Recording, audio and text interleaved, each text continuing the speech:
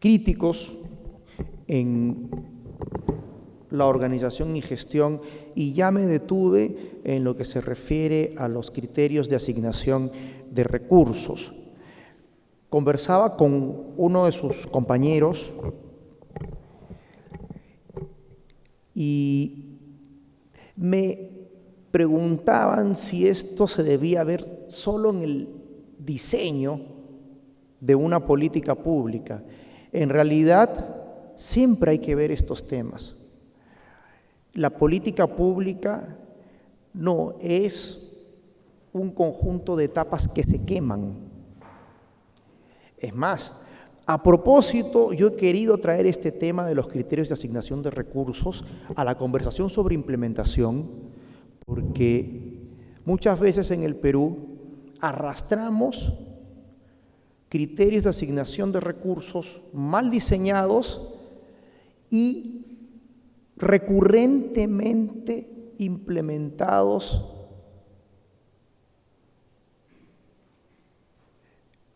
de esta manera en la cual no necesariamente se distribuye según las necesidades de los ciudadanos. Entonces, si un programa o política pública tiene 10 años, 15 años, 5 años, y siguen ocurriendo estas distorsiones en la asignación de recursos, hay que prestarles atención y tratar de corregirlas.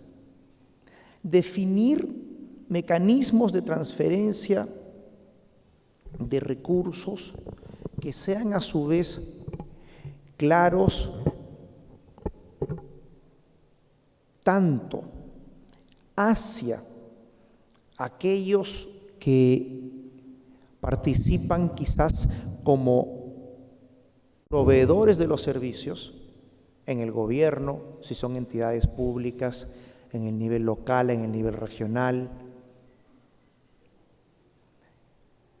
fuera del gobierno, si los proveedores de estos servicios a los ciudadanos son entidades privadas, tener mecanismos claros de transferencia de recursos y también hacia el ciudadano, que el ciudadano entienda que no debería mantener una ayuda como la del programa Juntos si no cumple con las condiciones, o que se le explique a los ciudadanos que la idea no es perpetuarlos recibiendo un subsidio público y más bien se debe lograr un mensaje claro en términos de conseguir ciertos objetivos y que haya algo así como una graduación de los hogares que ojalá logren pasar ciertos requisitos para no estar permanentemente recibiendo un dinero del gobierno.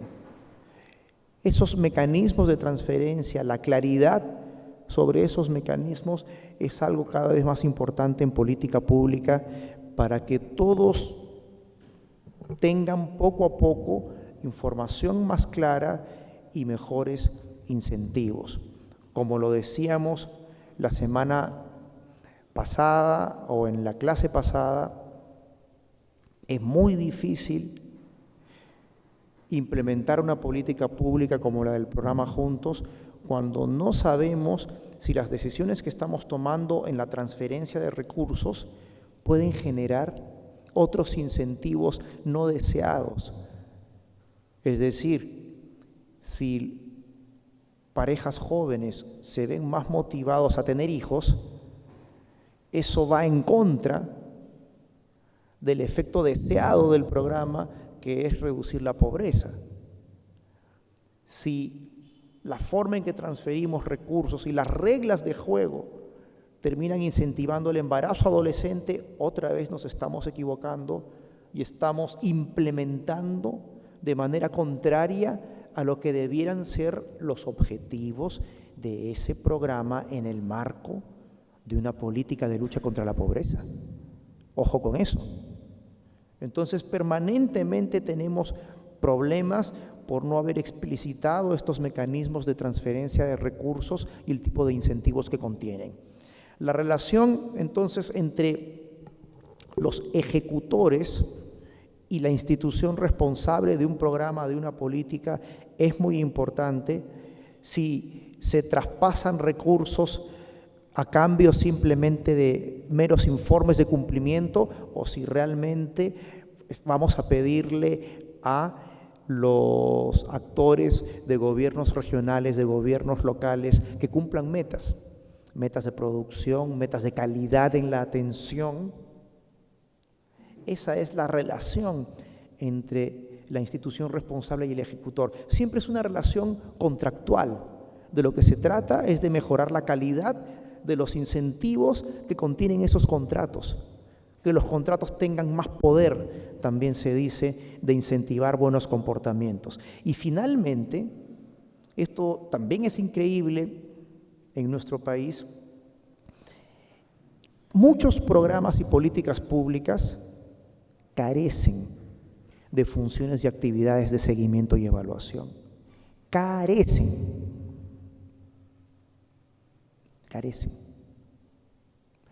A veces los responsables de las oficinas de planeamiento y presupuesto se encuentran abrumados por una serie de tareas cotidianas de la gestión. Manejar los recursos presupuestales, desarrollar a tiempo los programas de adquisiciones, distribuir, ojalá a tiempo también, los recursos, los insumos, es decir, labores de logística. Y al estar muy preocupados en esas legítimas tareas cotidianas, se pierde atención a una de las funciones fundamentales, que es la de hacer un seguimiento serio de las cosas. No me refiero a reportar número de informes, número de personas atendidas, sino más bien a buscar indicadores que tengan valor, como los que explicábamos en la clase anterior, cuando nos referíamos al desempeño y les contaba que se trata de una combinación de dimensiones de desempeño y de ámbitos de control. Entonces, los responsables de planificación y presupuesto de las entidades públicas tienen que prestarle más atención a los temas de seguimiento y evaluación, que sean indicadores relevantes, no estar solo concentrados en monitorear la ejecución presupuestal y algunas otras mediciones, porque hay entidades públicas que sí registran muchas cosas, pero a veces ni siquiera conversan bien las unidades de apoyo y las unidades que se llaman más de línea, y me ha tocado ver que los presupuestólogos, los expertos en planeamiento establecen en el POI y otros documentos listas de indicadores, y son un montón a veces, y a veces son un montón de indicadores que ni siquiera conocen las áreas de línea y con los que el compromiso puede ser escaso.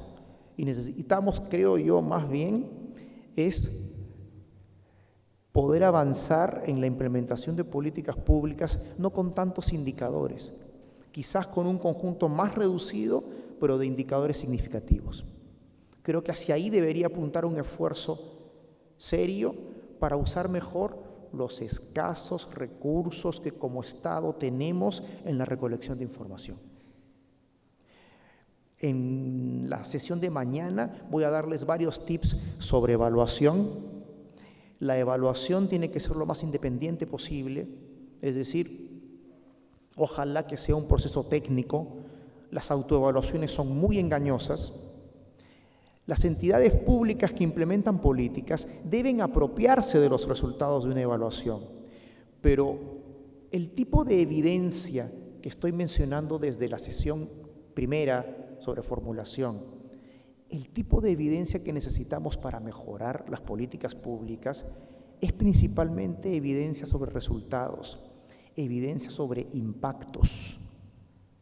Y esa evidencia se construye con estudios que son muy técnicos, más complejos, y que es bueno que los hagan expertos, pero en una coordinación con la entidad pública que implementa una política para que la entidad se apropie de la evaluación. Ojo con eso. Y la evaluación ojalá debe ser un ejercicio técnicamente independiente para formular valoraciones correctas sobre lo bien o mal que lo hacen programas y políticas. para saber si realmente el programa Juntos está generando todas las cosas buenas que quisiéramos, para saber si realmente Pensión 65 genera no solo una calidad de vida en los adultos mayores, sino que mantiene los esfuerzos que ya hacen los hogares para tener solidaridad con sus adultos mayores. En algunos programas de pensiones de otros países, como Pensión 65, se dice que hay un posible incentivo de los ciudadanos a trabajar un poco menos en años anteriores o a realizar un esfuerzo menor esperando un posible subsidio generoso del gobierno. Todo eso depende también del monto del subsidio. Cuando los subsidios que se entregan son muy pequeños, los ciudadanos no necesariamente van a hacer esos razonamientos. Pero en países que han tenido generosos subsidios al desempleo, por ejemplo, han tenido que poner límites. Límites del tipo, te doy un subsidio o seguro de desempleo, pero solamente por unos meses o solamente por un año. O un subsidio decreciente en el tiempo, es decir, primero más plata los primeros meses y si está pasando mucho tiempo y no encuentras trabajo, menos. A ver, yo no voy a entrar en la complejidad de las entidades públicas. Yo todo lo que estoy diciendo es que tenemos que mejorar la implementación de programas y políticas. Y los programas públicos y las políticas más valiosas deben tener actividades de seguimiento y evaluación sistemáticas. Lo que estoy diciendo también es que si nos concentramos en indicadores más valiosos, posiblemente la información del POI sea de mejor calidad y no lo que tenemos hoy día, que es muy heterogéneo dependiendo de la capacidad, voluntad de las entidades. Yo creo que no se necesita tener listas tan largas de indicadores, creo que no. Creo que pueden ser menos y de mejor calidad, más pertinentes. Pero el problema de fondo es que la cultura de construir buenos indicadores pertinentes, relevantes, parte en el momento de diseño. Heroicamente, las oficinas de planeamiento y presupuesto o las direcciones generales, no sé qué nombre tendrán dependiendo de la entidad, o gerencias en algunos gobiernos regionales, esas entidades construyen un POI supuestamente sobre la base de objetivos de política, supuestamente. Hay que reforzar esa vinculación para que el esfuerzo de esos indicadores sea más útil para la gestión. ¿Me entiendes? A eso le llamo yo un esfuerzo más sistemático de monitoreo. Y la evaluación es un ejercicio más riguroso. El monitoreo permite seguir ciertos números, la cobertura de vacunación, la oportunidad en que llegan los materiales escolares distribuidos a los establecimientos educativos, ¿sí? La cobertura de Pensión 65, ese tipo de aspectos nosotros queremos monitorear, aspectos significativos. Pero esos números solos no nos dicen nada si no sabemos qué está ocurriendo en distintas regiones, en distintos distritos, por qué unos están mejor que otros. Ese es el análisis correcto que necesitas en el ejercicio de seguimiento y evaluación. No es solamente construir buena información, es usarla bien, usarla para algo útil, valga la redundancia, y no solo para perseguir a los funcionarios de línea para que llenen formularios, ¿me entiendes? Esto es algo más significativo, ¿ya? A ver, el punto de partida es que el diseño sea correcto en entender el problema. Si tú tienes evidencia al principio, Y bueno, si no la tuviste al principio, después, sobre la heterogeneidad de los ciudadanos, eso lo tienes que tomar en cuenta, ¿sí? En la forma en que concibes los servicios, en la forma en que te diriges a los ciudadanos y también en los indicadores. Tú puedes tener, por ejemplo, en algunos temas críticos de cumplimiento de la producción, entre comillas, de bienes y servicios, indicadores diferenciados según grupos de la población. Estoy llegando con los mismos niveles de acceso, satisfacción con la calidad de los ciudadanos a comunidades amazónicas, andinas, ciudades, ¿me entiendes? Entonces puedes hacer esa diferenciación. La puedes hacer en el momento del diseño, ojalá, y si no, en el momento de la implementación. Pero la idea es que en el momento del diseño es donde usted debería pensar cuáles son los mejores indicadores para dar cuenta de esas situaciones. La evaluación a veces llega tarde o no llega, y la evaluación te enseña también y te ayuda a corregir. Pero ojalá desde el principio lo hubieses tomado en cuenta, ¿ya? Pero de que se puede, se puede. Pero no es lo que tenemos hoy. Hoy a veces llegan ministros nuevos y de inmediato quieren hacer otro PECEM, ¿sí? De inmediato quieren hacer otro PECEM y uno se pregunta ¿por qué? Es que le vamos a dar nuevos énfasis a la política. ¿Cómo se traduce eso en mejores políticas y programas, en mejores indicadores para medir el desempeño? Y un tema más, la medición no es una verdad absoluta. Yo necesito saber por qué es diferente un número en un lugar y otro. Tengo que saber por qué una población se siente sistemáticamente perjudicada por un programa o política, mientras que otra población quizás se siente más satisfecha. ¿Por qué si estamos cumpliendo, por ejemplo, una meta de cobertura de vacunas en distritos de la zona andina y nos cuesta mucho más hacerlo en la selva? La actividad de seguimiento no hay que verla como aislada de todo lo demás. Yo aprendí mucho también sobre cómo ser flexible en los criterios de asignación de recursos cuando una vez llegaron a mi oficina unas personas que colaboraban con las campañas de vacunación del programa articulado nutricional. El resumen de la historia es que desde el Ministerio de Economía y Finanzas se había construido algo así como un costo estandarizado de la vacuna, y ese costo, con algunas diferencias según características de las regiones, era lo que se distribuía finalmente, ¿sí? En esta visita, los amigos de la Amazonía estaban desesperados porque ellos se enfrentaban a un gran problema. La vacuna tenía problemas de aceptación cultural.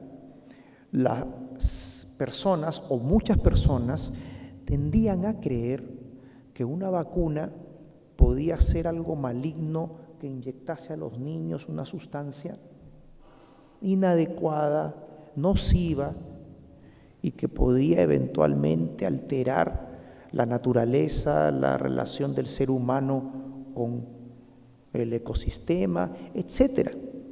Entonces, lo que me enseñó esa visita fue que los indicadores, los números, los debes tomar con cuidado, porque incluso en la forma de implementar la política o el programa, debió preverse que hay características culturales que de repente exigen en la Amazonía un esfuerzo mayor de difusión, de promoción, quizás tener todo un componente de campañas radiales o tareas concretas de acercamiento, comunidades, jóvenes, líderes, actividades que posiblemente no estaban previstas para otras regiones, pero que marcaban acá una diferencia.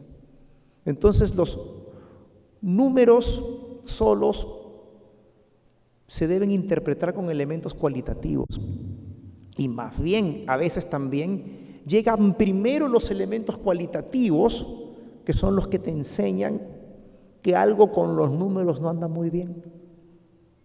Eso es lo que les estoy proponiendo. Eso es implementar una política pública con un enfoque basado en desempeño. No los voy a aburrir más con esta parte porque quiero pasar a ciertos temas de incentivos, algunas notas adicionales sobre aspectos de implementación. Desarrollo rápidamente un caso que es el que me gusta para hoy del Fondo de Inclusión Social Energético para preguntarme todos los problemas de implementación que se pueden dar en los 3 fines que establecen para el programa. Por un lado, la masificación del uso de gas natural, residencial y vehicular. El segundo fin es el más innovador de todos, que consiste en crear condiciones para el uso de energías alternativas. Por ejemplo, que haya infraestructura para poder usar paneles solares, medios que se llaman fotovoltaicos. Es un tema lindo. Pero el tema 3 es el más popular, que consiste en este subsidio al balón de gas licuado de petróleo, descuento de 16 soles. Tiene algunos criterios para definir a la población que debe merecer el subsidio. Están establecidos en un reglamento. Y aquí una serie de preguntas sobre implementación. Primero, si realmente vale la pena que todos los productos o componentes establecidos en un marco lógico tengan la misma prioridad. ¿Qué antecedentes hay para decir que más vale la pena el fin número 3? La respuesta, los implementadores te enseñan y te dicen, mira, tecnológicamente, hoy en el corto plazo es más fácil avanzar en la difusión de gas licuado de petróleo mientras no existan todavía todas las redes que recién se están construyendo o armando de ductos para ampliar el acceso a lo que llamamos gas natural, residencial y vehicular, que supuestamente en unos años va a sustituir al GLP o parcialmente o totalmente. El GLP es el gas licuado de petróleo. Entonces, los técnicos te explican, que no es una cuestión de importancia política solamente, es una cuestión también de factibilidad. ¿Por dónde conviene empezar la implementación y también la asignación de los recursos, esto que he mencionado, dadas estas características reales, las restricciones que existen técnicamente hablando y no solamente lo político? Este es un programa en el que uno siempre se pregunta si los costos administrativos pueden ser más bajos o no, porque hoy aparentemente de manera muy barata se trata de llegar a la población repartiendo los vales a las empresas distribuidoras eléctricas. El resumen de esto, voy a ser muy rápido, quiero motivarte más de fondo con la anécdota, es que las empresas, según reglamento, las empresas distribuidoras eléctricas entregan vales a los ciudadanos y los empadronan, los registran. El encargado del fondo de la implementación en energía y minas no tiene todo el personal para ellos ir a calificar si los ciudadanos merecen o no el vale de descuento. Así de simple, ¿sí? Pero ¿qué ocurre? Lo que traspasan para reconocer el costo en el que incurriría la empresa distribuidora eléctrica, y la empresa eléctrica es importante porque una señal de pobreza o de vulnerabilidad es tener un consumo de electricidad menor a 30 kilowatts hora mensuales, y por eso el brazo operativo es una empresa distribuidora eléctrica. El punto es que lo que el gobierno traspasa por reconocer ese esfuerzo de administración o de gestión que tendría que hacer la empresa eléctrica para llegar al ciudadano, parece que no estimula a las empresas privadas. Entonces, donde hay distribuidoras eléctricas privadas, hay muy poca participación de ellas asociándose con el gobierno para distribuir los vales. Mientras que donde hay empresas distribuidoras eléctricas públicas, simplemente la ley les establece lo que se llama en el sector público un encargo. Entonces, empresas públicas, distribuidoras eléctricas públicas, por encargo tienen que asumir el costo administrativo de repartir vales a los ciudadanos y registrarlos como beneficiarios potenciales. Si se registra bien si un ciudadano lo merece o no, eso es más difícil de hacer. Es más difícil porque hoy no hay mecanismos finos funcionando en todo el país en focalización individual. No hay. Existe uno famoso que es el sistema de focalización de hogares, SISFO. No sé si han oído hablar del SISFO. El SISFO existe, pero está en etapa de revisión. Está en etapa de revisión porque hay una nueva administración que quiere dar un carácter más técnico y el SISFO está congelado en este momento. Además, la revisión es pertinente, creo yo, porque el SISFO tuvo una primera etapa en la cual se avanzó en ciudades, es decir, en zonas urbanas, en un primer empadronamiento, y ese esfuerzo tiene dos características. Fue incompleto, parcial, uno, y dos, estos esfuerzos de levantar información sobre hogares para caracterizar su situación de vulnerabilidad y si merecen políticas públicas focalizadas, pierden fuerza porque la información se hace obsoleta varios años después.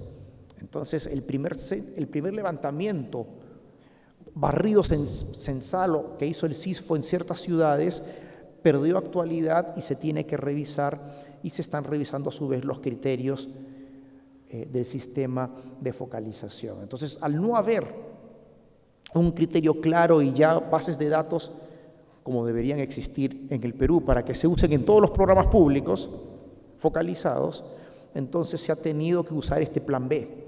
Y este plan B puede ser peligroso porque de repente lleva a que no todas las distribuidoras eléctricas quieran participar, a que el programa tenga más cobertura en ciertas zonas y que eventualmente haya errores en la correcta focalización y asignación de los recursos.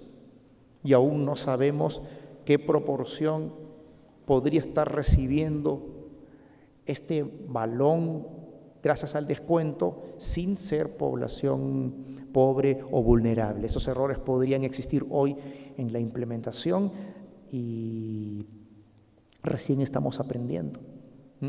Las distribuidoras eléctricas no necesariamente tienen los incentivos entonces para hacer su labor, pero tampoco es trivial cómo llegar después al ciudadano, porque en la implementación de este programa, la distribuidora eléctrica entrega vales a los ciudadanos, pero los ciudadanos después van a comprar. Y cuando van a comprar, van a un punto de venta. Y el punto de venta no está en cualquier lugar. El punto de venta debe ser un agente autorizado. El agente autorizado muchas veces en el interior del Perú es un negocio pequeño, no es un gran negocio. Es un negocio pequeño y si tú no implementas un buen mecanismo para que este vendedor de gas licuado de petróleo reciba a tiempo el efectivo que corresponde a los vales de descuento, entonces este agente de venta puede tener también incentivos o a no inscribirse y no participar, 1, o 2, incentivos a subirle el precio del balón de gas licuado de petróleo a los ciudadanos que van con su vale de descuento. ¿En qué sentido? El ciudadano va con un vale de descuento de 16 soles, pero de repente el agente vendedor dice: se van a demorar tanto en pagarme y yo soy un negocio chico y no tengo capital de trabajo, no tengo espalda financiera, entonces ya no le cobro los 35 soles que cuesta normalmente el balón, le voy a cobrar un poco más. Le voy a cobrar 37 soles, 38 soles, 40 soles, igual él tiene un descuento. Y así yo tengo un poco de colchón mientras espero que me paguen los 16 soles de ese vale que el ciudadano me entregó. Todos son temas de incentivos. Y justo muestro a propósito el caso de un programa que es complicado en su implementación, porque no es el típico programa con relación 1 a 1 entre gobierno y ciudadano. Ya, toma, te doy esto. Pero en varias políticas públicas también hay que pasar etapas, desde que diseñas hasta que implementas y llegas al ciudadano. De repente diseñas en un ministerio de salud, pero para implementar y llegar al ciudadano tienes que confiar en gobiernos regionales, gobiernos locales, profesionales de la salud. Y para todos ellos también debes establecer una estructura de incentivos. Eso es lo elemental. Entonces, importantísimo conocer a los beneficiarios. El peligro también en esta forma inicial de implementar es que si solo te concentras en lo que pueden detectar las distribuidoras eléctricas, es decir, gente que consume menos de 30 kWh por mes, se te pueden escapar de tu perspectiva de atención ciudadanos que de repente no consumen electricidad y son vulnerables, o que consumen un poquito más de electricidad y que son vulnerables. Pero se te pueden escapar ciudadanos que no consumen electricidad. Entonces, estas son algunas ideas sobre implementación. Una crítica es que en programas universales, como dije, tienes que ver cómo es la distribución de necesidades. Y ojalá tratar de que la asignación de recursos refleje esa distribución de las necesidades y los recursos vayan más donde más necesidades existen. En la focalización de algunos programas y políticas hay un tremendo problema. El tremendo problema es que tú puedes cometer 2 tipos de error al implementar. Uno se llama error de inclusión y otro se llama error de exclusión. El error de inclusión es darle una ayuda, un programa de gobierno, un apoyo de política pública a un ciudadano que no la merece. Ese es el error de inclusión. Darle pensión 65 a alguien que no es pobre, darle subsidio para el gas licuado de petróleo a un comerciante mayorista. Esos son errores de inclusión. El error de exclusión es lo contrario. Es no darle a alguien que sí necesita y merece y que de repente se queda fuera porque no te diste cuenta, porque no te alcanzó el presupuesto y lo usaste mal y le diste mucho beneficio al que no lo merecía, es decir, cometiste mucho error de inclusión y a la vez eso te va a llevar a cometer error de exclusión, porque vas a dejar a mucha gente que lo necesita afuera. ¿Sí? Entonces a veces pueden ir de la mano de manera negativa uno y el otro. Ojo con eso. Ahora bien, ¿cuál es el problema también? Tú a veces tienes que hacer sacrificios al implementar. Algo que siempre decimos en economía cuando vemos las políticas públicas es que nada es gratis. ¿A qué me refiero? Si tú te quieres poner muy exquisito para no equivocarte, es decir, para no dejar espacio a filtraciones, no quieres que se te infiltren, como se dice en el lenguaje policial, no quieres que se infiltren personas, no quieres, pues vas a tener que gastar mucho en administración, mucho, te va a costar mucho tener un mecanismo que pueda reconocer a cada persona, a cada hogar que merece o necesita la política. Te va a costar un montón, va a ser casi inmanejable. Entonces, ¿qué ocurre en la práctica de la implementación de algunos programas y políticas? Simplemente aceptan que se van a equivocar. ¿Me entiendes o no? Aceptan que se van a equivocar y dicen, tengamos un error razonable. Tengamos un error razonable significa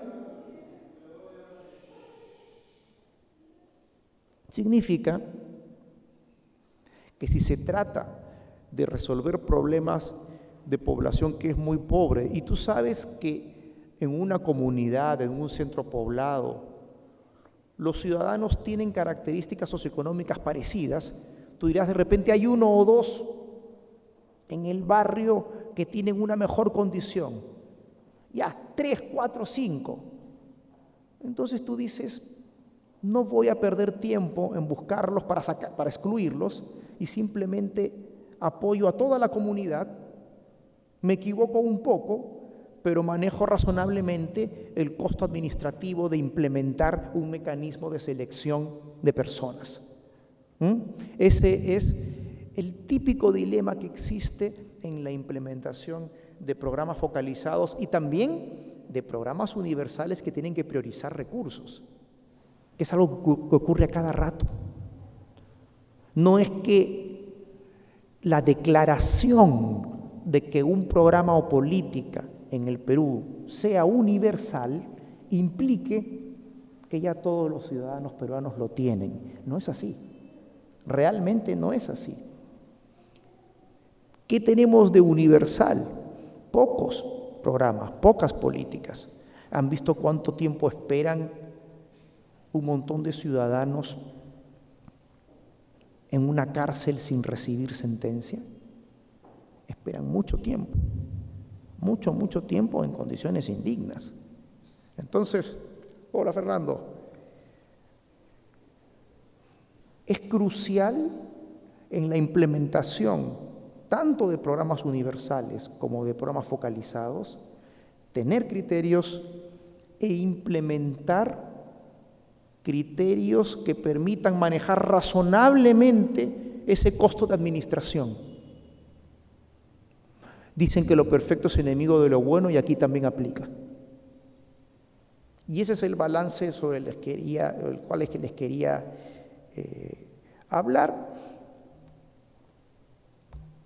Otras ideas interesantes, antes de hacer algunas reflexiones finales sobre incentivos, es que ya quiero vincular aspectos de la charla de hoy,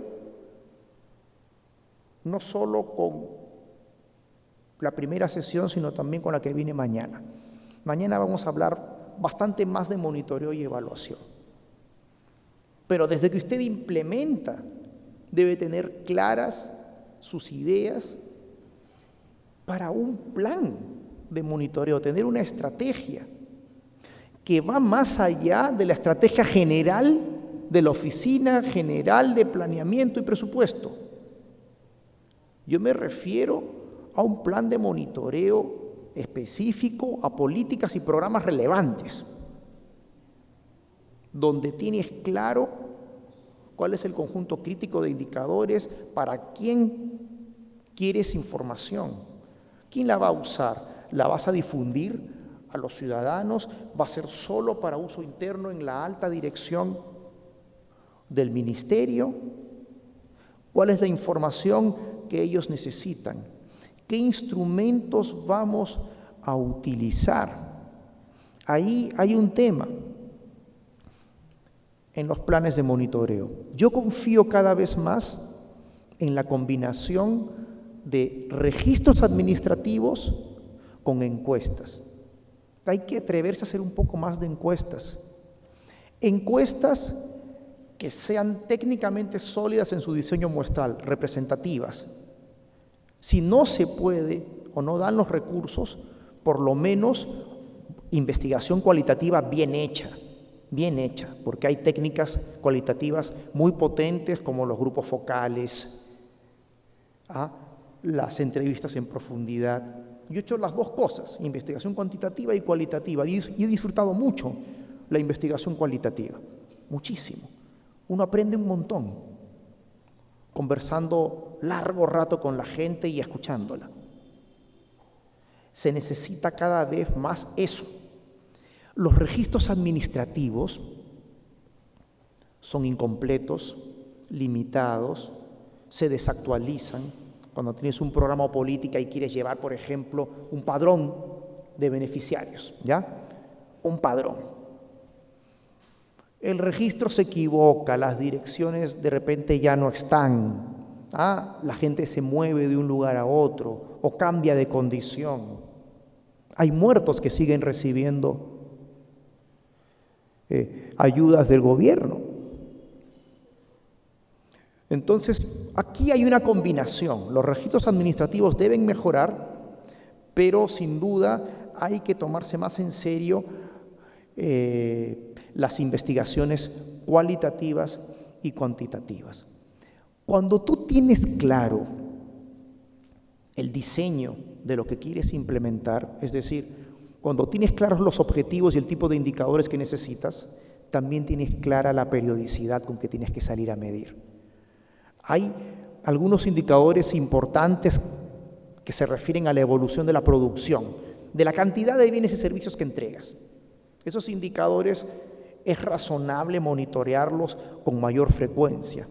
De repente el impacto es algo que requiere un estudio específico sobre cuyas características hablaremos mañana. Y un tema que ahora también está de moda, quiero incorporarlo, es preocuparse cada vez más por las líneas de base. En las líneas de base, lo primero que usted quiere es una buena caracterización de la población que padece el problema. Y la población que padece un problema, la población que tiene la necesidad de ser atendida, sea por una política pública universal o por una política focalizada, es una población donde pueden estar tanto los beneficiarios de un programa como aquellos ciudadanos que no reciben la ayuda del gobierno. No importa.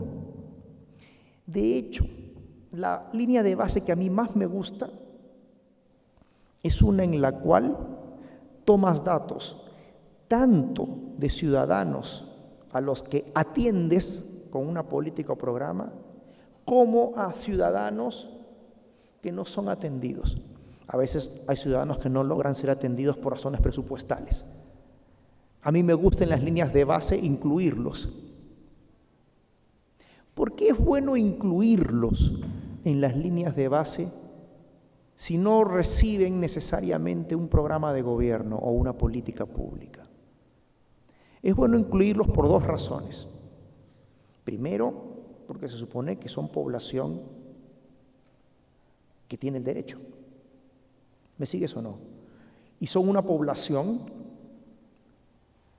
que es parte de la población que padece una necesidad. A eso se le llama en política pública la población potencial. Potencial. Son parte de la población potencial. Y es muy bueno tratar de registrar la situación de un grupo lo más representativo posible de la población potencial, tanto de aquellos que voy a atender como aquellos que se quedan fuera. ¿Por qué? Porque la mejor política pública es la que, aún en la escasez de recursos, trata de ser justa. ¿Justa en qué sentido?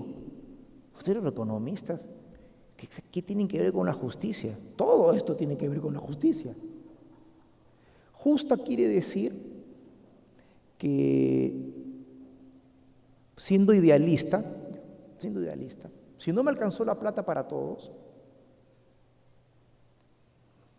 debí o atender a quienes presentaban la mayor necesidad, ¿no es cierto? ¿Sí? O si son todos parecidos en ciertas características básicas de edad, socioeconómicas, sortear. Sortear, claro, sortear. Sortear. ¿Por qué? Si tú eliges, por ejemplo, a los primeros que llegan, y están en la cola, no necesariamente son los de más necesidad. En algunos programas o políticas puede ser que sean los de más necesidad. ¿Sí? Posiblemente. Pero quizás en otro tipo de programas o políticas, los primeros que llegan son los que tienen más redes de información, quizás más contactos políticos. ¿Me entiendes? Y eso puede hacerlos sutilmente diferentes del resto de la población potencial que por razones presupuestales, que es triste, pero suele ocurrir, se va a quedar afuera. ¿Me entienden? Entonces, esas cosas hay que tenerlas claras. Y una pregunta muy concreta de una línea de base es: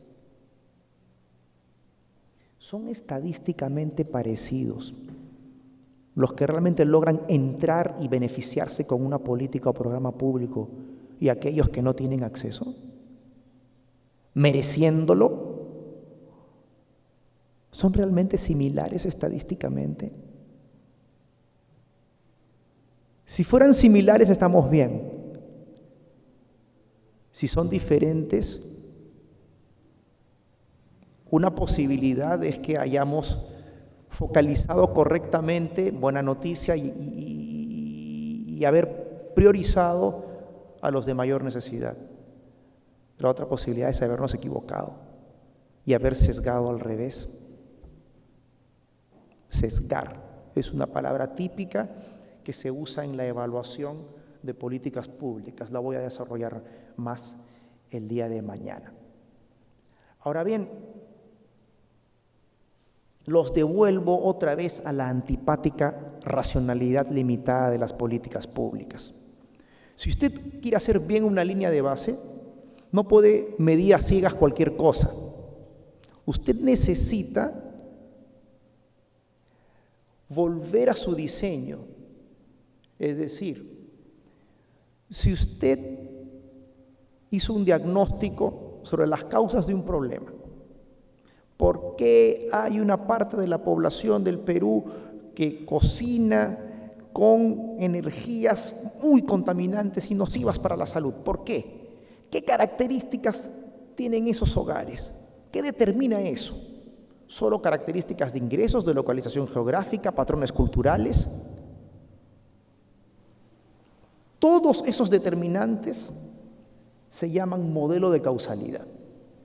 Y usted debería medir todo eso. Es decir, conocer no solamente lo que se llama variable de resultado. ¿Se acuerdan? No solo conocer las variables de resultado final. Hablamos de eso el otro día. Ahora yo quiero caracterizar en una línea de base todas las variables X, les llamamos en economía las X, al resultado lo llamamos Y, que definen alguna correlación con ese resultado final. A la localización, quizás el material de la vivienda, quizás las características socioeconómicas, quizás si es el jefe de hogar, mujer u hombre, quizás los años de escolaridad, quizás si queremos estudiar algún problema de los niños, preguntar cuál es la educación de la madre o de ambos. Todo eso debe estar en una línea de base. Entonces, una línea de base no es un formulario no es un formulario de inscripción. ¿Me sigues o no? Ponga su dirección y lo vamos a ingresar a una base de datos. Eso no es una línea de base. Una línea de base es una caracterización de la población potencial y ojalá incluya a población que no necesariamente va a llegar a recibir el programa para hacer una evaluación seria, transparente, rigurosa de los posibles sesgos que a veces tienen los gobiernos cuando entregan ciertos programas o políticas. El último punto que quiero realizar el día de hoy es un conjunto de notas muy básicas sobre incentivos, muy básicas, dado que he machacado tanto el tema y tengo la impresión de que es un tema que se conversa muy poco en las políticas públicas, muy poco. Una compañera de ustedes hace un tiempo terminó su maestría en el extranjero en políticas públicas y me comentaba que estos temas son los que ven. Mucha economía aplicada, muchas intuiciones económicas están detrás. Y lo voy a explicar rápidamente con un brevísimo marco conceptual sobre incentivos y les voy a contar una experiencia que vi personalmente. Primero, ya les expliqué el origen del problema de incentivos. El problema de incentivos radica cuando la gente tiene diferentes objetivos y no necesariamente se observa su esfuerzo. Se le llama un agente, ¿sí? Tú eres el jefe de alguien o contratas a una entidad pública o contratas personal y a ese agente le estableces metas, buscas indicadores. Ese es un camino y siempre hay que hacerlo. ¿Es costoso? Sí. Tienes algunas alternativas. Unos dicen, cierra el Estado, tengo un Estado muy pequeño y contrata todo en el mercado. Eso no te soluciona el problema. Ya lo vimos en la sección anterior. No soluciona el problema. Hay labores que intrínsecamente siempre realizará el gobierno y donde también contratar en el mercado te puede crear un montón de problemas. Puedes contratar a alguien malo, a un proveedor de baja calidad, a alguien que te estafa, que te entrega una obra pública y que después empieza a caer, un colegio que se derrumba. Eso ya lo hemos visto. Y los incentivos económicos, para mi gusto, es la combinación entre información sobre el desempeño y decisiones concretas, ¿sí? Entonces, lo fundamental en lo que llamamos el enfoque económico de los contratos es que esta simetría de información siempre existe y que cuando hay un conjunto de personas en una organización, ya es un buen incentivo ver que todos nos beneficiamos a la vez cuando ocurre algo bueno, ¿me sigues? No que solamente el jefe se lleva el jugoso salario. A eso le llamo una correlación positiva entre los pagos de la gente y los pagos del principal. En una relación contractual básica, el principal es el dueño y el agente es aquel a quien le delegamos una tarea. Un gobierno subnacional al que le transferimos una competencia en un contexto descentralizado es un agente. En este contexto, ¿me sigues o no? Es un agente que debiera trabajar o esforzarse para cumplir objetivos relevantes de política pública nacional, evidentemente respetando las heterogeneidades que existen en la región, en el distrito, etc. Esa es una de las grandes virtudes de la descentralización bien entendida, pero es un problema de agencia, como lo estoy planteando. Entonces, parte de los problemas de la descentralización tienen que ver con incentivos. Sí, también. Ahora bien, hay que tener cuidado, porque tú no puedes convertir al trabajador público en un vendedor de AFPs por comisión o en una vendedora de una tienda de departamentos, así se les llama a las tiendas de retail, que te quiere embutir que compres con la tarjeta, pero lleve también este muñeco, lleve también esto otro, y tú dices, no quiero, basta. Pero me dijo una vez acá, pero a mí me pagan por esto. Pucha. Me dio pena. No puedes convertir a los trabajadores públicos en eso necesariamente. Los seres humanos pueden reaccionar de manera distinta a los incentivos y hay que tener cuidado. ¿Por qué? En muchos seres humanos existe algo que se llama aversión al riesgo. Suena complicado, pero es bastante fácil. Aversión al riesgo significa que si tú tienes cualquier nivel de riqueza, si tú ganas un sol más, estás mejor. Si pierdes un sol, deberías estar peor. Pero lo que tú pierdes cuando pierdes un sol en términos de tu bienestar es mayor que lo que tú ganas en términos de tu bienestar cuando ganas un sol. El mismo sol, ¿me entiendes o no? Entonces, el tema de aversión al riesgo es puramente subjetivo. Es puramente subjetivo, pero ojo que se estudia. Se estudia empíricamente y se hacen mediciones de aversión al riesgo de la gente. Repito, si tú tienes 100 soles, un sol más te da bienestar psíquico. Tener un sol menos te reduce tu bienestar. Pero cuando tú pierdes un sol, sientes que pierdes más que lo que ganas cuando ganas un solcito. Eso es aversión al riesgo. Quiere decir que en términos relativos tú le das más peso a la pérdida que a la ganancia. ¿Lo entendiste, no es cierto? Ese concepto es clave. Porque es un concepto clave en economía pública. Porque así como en el mundo privado, todos los seres humanos que tienen aversión al riesgo, conforme van teniendo capacidad de pago, empiezan a contratar seguros porque se quieren asegurar. Un seguro es un contrato en el que tú, que tienes aversión al riesgo, le transfieres a otro tu riesgo y él te dice, yo lo voy a cubrir por las pérdidas y le cobro por ese servicio. Eso es lo que te hace un asegurador. Cotidianamente, no es el único riesgo que usted corre, el de un accidente, el de un robo.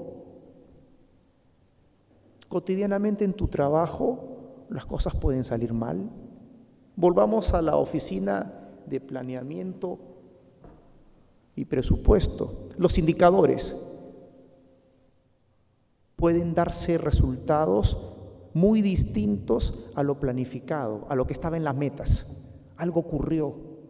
Estamos atendiendo a agricultores y ocurrió una helada que arruinó las cosechas y nos arruinó el trabajo que estábamos haciendo en el campo, Ministerio de Agricultura. Los partos se complicaron demasiado en un hospital porque hubo incidentes fuertes de contaminación ambiental por la minería. Y la gente tiene que estar hospitalizada más días. Toda actividad humana tiene variabilidad en sus resultados. Y también lo que usted hace dentro del gobierno. Hay riesgos. Entonces, un salario fijo, aunque pobretón, es un seguro. Un 276 está, entre comillas, mejor asegurado que un CAS. ¿Me entiendes o no? Pero si el 276 de repente en algunas oficinas gana mucho menos que el CAS. Quizás en alguna oficina el CAS gana el doble y están al lado, uno al lado del otro. El 276 está asegurado. ¿Me entiendes o no? Es más, a veces es más averso al riesgo. Entonces, esto es un comportamiento fundamental en el sector público. Y por lo mismo no es fácil introducir incentivos. No es fácil. Te los van a tirar por la cabeza. Tienes que ser súper cuidadoso. No es una empresa privada donde alegremente la gente diga, ya, yo trabajo a comisión. Hay que tener cuidado. ¿Qué es lo que funciona en el mundo entonces? Combinaciones. Combinaciones. ¿De qué? Vamos rápidamente a 2 ideas más antes de irnos y cerrar con broche de oro. 2 ideas más que se refieren justo a 2 preguntas. A 2 preguntas. Queremos mejorar la implementación de políticas públicas. Entonces, número 1, los incentivos que conviene aplicar son como en el sector privado, principalmente dinero, money, o se puede incentivar de otra manera. Esa es la pregunta 1, típica en implementación de políticas públicas. La pregunta 2 es si algo de incentivos puedo aplicar en las políticas públicas. ¿Deben ser incentivos individuales o incentivos colectivos, grupales? Es decir, voy a evaluar a cada maestro uno por uno, miles y miles, uno por uno, y a cada uno definirle su incentivo, evaluar su desempeño y decirle, a ti te doy, a ustedes les doy un premio a cada uno de 100 soles más este mes, a otros les doy un premio de 200. ¿Puedo hacer eso? Esas son las dos preguntas. ¿Cuáles son las dos respuestas? Para la primera pregunta, se quedan cortos los incentivos monetarios. En el sector público hay otras cosas. Los argumentos a favor de dar incentivos en plata son dos. Uno, que se llama salarios de eficiencia. Si le damos más pago al trabajador, va a ser más eficiente, va a ser más empeñoso, va a ser más esforzado. Allí se da un problema esotérico de tipo estadístico, que es no entender bien, y hasta ahora no sabemos cuál es la dirección correcta de la causalidad. Es decir, ¿qué causa qué cosa? Es como el huevo y la gallina. Primero, tú le das más remuneraciones a alguien en el sector público y después se hace más eficiente y mejor trabajador, o es al revés. Primero se hace más eficiente y después le aumento la remuneración. Entonces, en este sentido, la base empírica sobre salarios de eficiencia no es tan rica como una quisiera. El otro enfoque que defendía a rajatabla que solo hubiese incentivos monetarios en el sector público es un enfoque que se parece al de los torneos deportivos. Les juro que es así. ¿Qué ocurre en un torneo deportivo? Cualquier campeonato de tenis, de fútbol, la gente solo se acuerda del campeón. En un torneo deportivo hay un alto premio para el que gana y mucho menos para todos los demás, pero todos los demás aceptan participar en el torneo. ¿Cómo se aplicaría eso en una entidad privada o en una organización pública? Que a los trabajadores les convendría aceptar un torneo para que el más empeñoso, el que mejor lo hace, se lleve él el mejor premio, que puede ser ascenso con plata, ¿sí? Y así como en el campeonato se esfuerzan todos por ganar y eso mejora la calidad del torneo, la predicción conceptual es la organización pública lo haría mejor. Todos se van a esforzar, van a aceptar que el ganador gane mucho más y de alguna manera los perdedores estarían implícitamente subsidiando al ganador. Pero lamentablemente esos enfoques han sido muy cuestionados. Y han sido muy cuestionados porque